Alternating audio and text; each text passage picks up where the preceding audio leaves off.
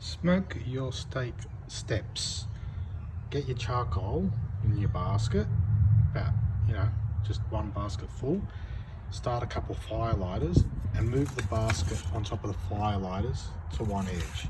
So the fire lighters are over that sort of corner, not across the whole lot. We just want to get 1/4 of it started, just that corner.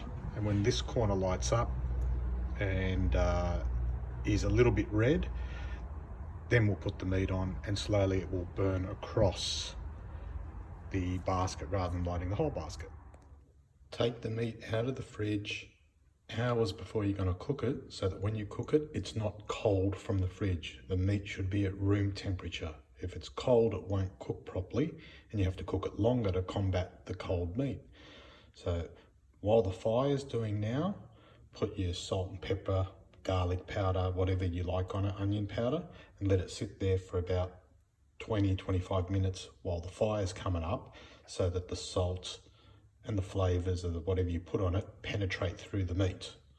So after about 20 minutes, Polly, you'll see that we're red over here, we're hot underneath. The top ones aren't white or anything, but we've got a nice red glow, and over on this side they're not lit. So then all we want to do is move her over to one side, like that. See, the beads are on one side, and I'll put the lid on, right? And what I'm going to do is, once the lid on it, open the top vent all the way, and we open the bottom vent all the way. And if you got a thermometer, if not, we want to get this to about here, about 250 Fahrenheit, right? Which is about 130 degrees Celsius sort of thing. That's about the temperature that we want to aim for. Just let this warm up, take about 10 minutes or so, and then we'll put our meat on. So Parley, about 10-15 minutes later, you can see that we're now at 220 Fahrenheit, about 110 Celsius. I can feel heat, a good amount of heat out of the vent. So this is now hot to touch the barbecue. It's good enough to start cooking. So now I've put a drip tray where the meat's going to go to collect any fat, oils or whatever that slip off, whatever, just so the barbecue doesn't get so dirty. Then these are mesquite wood chunks, just from Bunnings. If you want that really red color, use cherry, but cherry and mesquite's good. I'm just going to put two. I'm going to put one there right on top of the fire, which will start smoking straight away. And I'm going to put one about here in the middle, so as the flame moves across, the second one will pick up and start smoking. Close that up. Then I'm going to get my meat, and now, mate, I've got meat thermometers which talk to my phone, these little probes, and I want to get the meat to about 125 Fahrenheit or 60 degrees Celsius. That'll be medium rare, but then you got to remember we're going to put on the grill to later get those lines, which is going to finish the cook process. Put those like that on there, one here. See, so the meat's over here, the fire's over there, there's no direct fire. I'm going to get my lid, put it on, and the lid is going to go with the holes opposite the fire. So the fire's over there, but the lid's here. That way when those wood start to smoke, the smoke's going to come over. Otherwise the smoke's going to go straight out of the holes, and you're going to get no smoke on your meat. And it's the smoke that makes the red colour and gives it the flavour. So you want that smoke coming over, so it's going over the meat. Then what you want to do is keep an eye on the temperature, right? And what will start slowly happening is this barbecue is going to get hotter and hotter. And then as it gets hotter and hotter, we want to drill the vents and close them.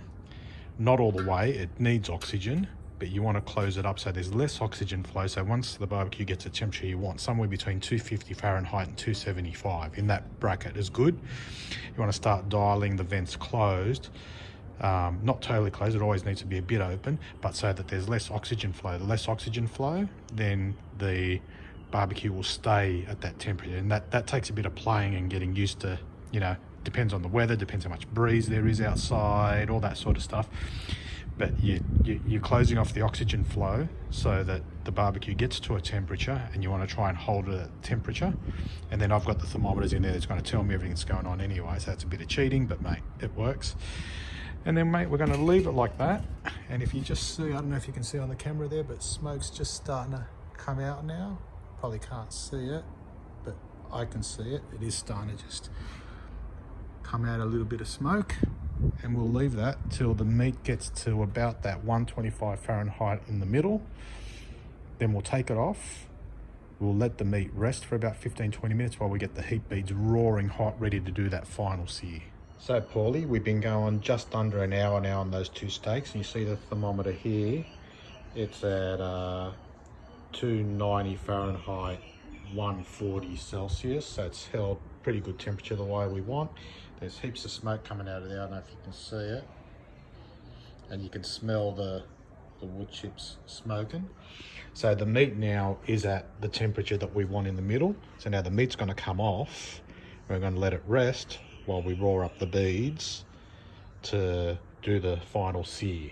So that's what the steaks look like now. You can see they've got this nice red color around here, around the edges. So they're cooking up, right? I can touch them, they feel warm and they feel soft. They haven't shrunk up, they haven't bent or curled because we're cooking them slowly and low. Got a bit of water come out on top. It's all right. So now I'm just going to take them off, and you can see the wood there is smoking. You can see the beads now where it was red over on that side. Now they're red here in the middle, so the fire slowly makes its way across and burns. So now, Parley, I know that they look raw, but they're not. But now we're going to let them rest, and to let them rest, we're just going to piece of foil, put it on top, and just tent it like this.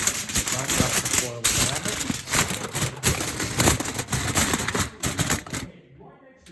Don't wrap the foil under the plate. All you do is take like a tent, and the tent will trap in the steam and the heat and keep them cooking. Okay, now that the steaks have rested, I've let the fire come up to a raging heat, and I'm going to put those steaks back on and sear them up and get some colour on them.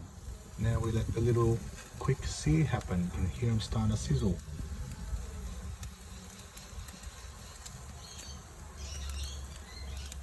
Searing time. Lots of flames from the really hot beads. Get a quick sear, just a minute or two on each side. Not even 2 minutes, a minute at most. That's what they look like after the first flip.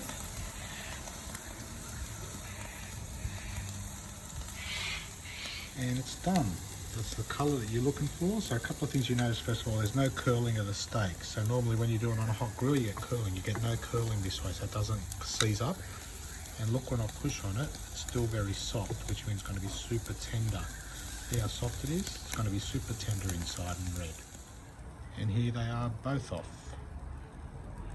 See, the steak hasn't curled up because we haven't done it over a hot flame from the beginning. We've just brought it up to temperature slowly and then just seared it off for colour. And there's our stinking hot beads. Now I'll put on the lid and I'll kill the flame, and I'll keep these beads for next time. They'll still be good to relight and use.